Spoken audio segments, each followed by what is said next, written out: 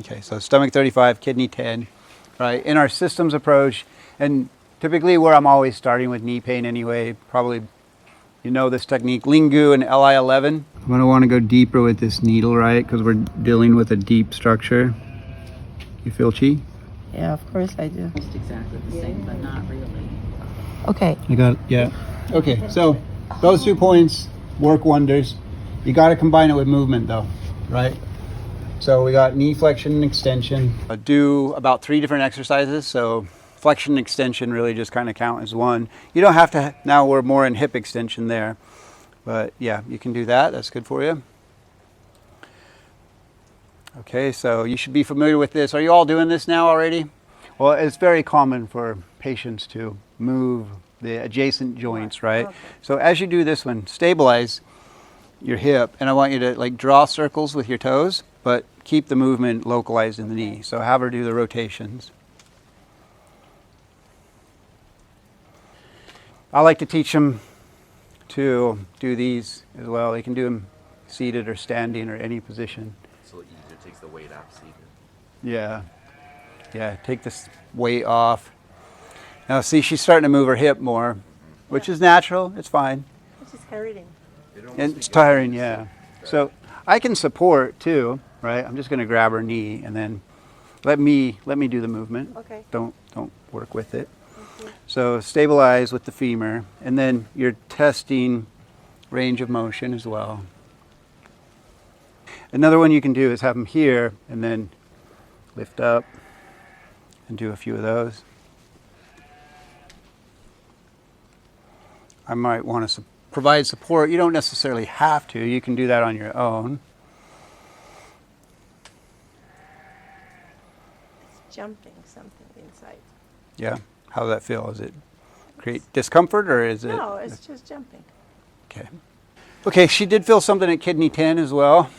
A nice thing that you can do for our knee conditions is, we saw this earlier, right? And you want to check the bladder line in the back. Now she had something at kidney 10. Okay, so on the medial thigh, we have what muscles? The medial hamstring muscles? Yep, yep. Semitendinosus and semimembranosus. So for all knee patterns, right, check these muscles and check for tender points. Put her in this position. I'm just above kidney 10 now. And then for a lot of knee conditions, you'll find trigger points in these muscles because the medial muscles will internally rotate. They're involved in internal rotation when they tighten. And then, yeah, is that sensitive? Yeah. Yeah, okay. And how's this side? Is sensitive or no? So she may have had some sort of pattern that was causing medial rotation in the leg or in the tibia, because if her leg is rotated medially, then that's going to create strain out here, and that may have created the weakness that then allowed for the torn meniscus from the exercise. Everyone understand that? Myofascial release. I'm using all my fingers going across the grain of the muscle. No discomfort there? Now, if I want to and need to, if I find something that's sensitive, right, and I want to release what may be that chronic contraction that's really the root of leading to a meniscal tear, I don't have to have her lay face down. That takes a lot of time.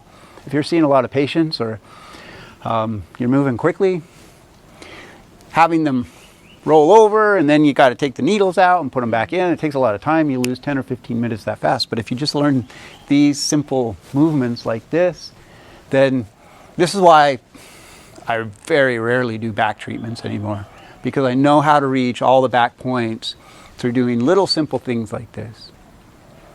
Okay, so I can easily put a needle in there, right? I can access those points, no problem, easy. I can come in at different angles, or I can just do this for a few minutes. I've also opened up the 3 emperors.